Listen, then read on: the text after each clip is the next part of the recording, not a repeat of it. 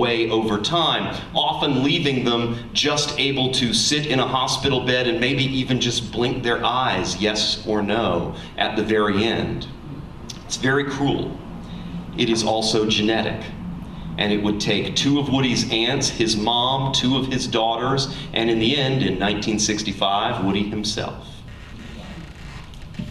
When he was 14, with his mother institutionalized and his father basically destitute, never being able to find any of that sweet, sweet oil, Woody had no prospects, really, in town, so he hit the road.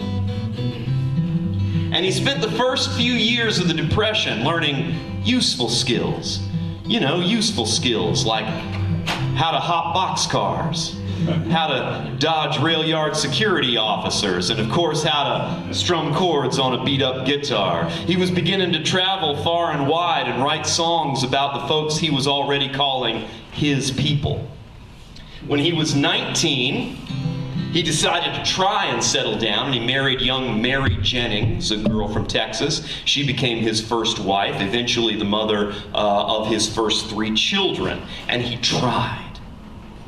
He tried. Woody tried. He tried to be a good, stable provider for his family, but every time he would come back from any of his travels, every time he would come back from playing his music all over the region, he would feel like life was just passing him by, like it was all happening out there, and the town they were living in, little Pampa, Texas, just seemed drier and emptier. And so sometimes with other folk singers, sometimes just by himself, sometimes with his whole family in tow, he would throw everybody in the car and they would travel.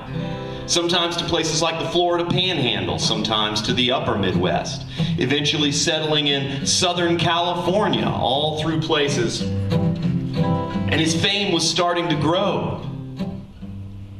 Also starting to grow was Mary's frustration with her young husband's inability to pick one place and stay there. One final move up north would be the straw that broke the camel's back.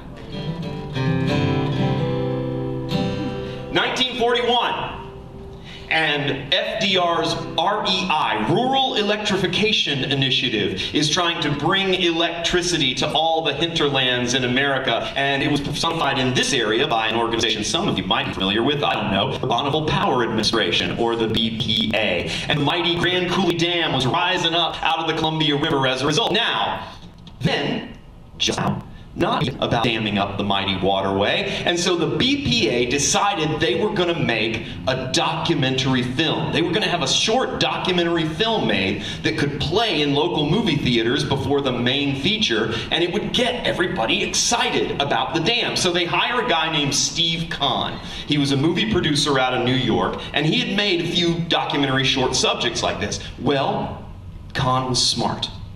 And he knew if he was going to make a documentary that was going to appeal to regular working class people in this part of the country, he couldn't make one like those they were always made. You remember how they were always made, right? We watched enough of them in elementary school. Do you remember how fun it was when the teacher would pull out like the projector and you knew, movie day? We all watched them, remember? And they were all the same. They were that black and white or sepia-tone footage that always skipped a frame here and there, so people were moving, and there was always that quick little so it was just kind of a little too sprightly, and there was that same guy who narrated them all with that stentorian tenor voice saying pithy, clever things like rising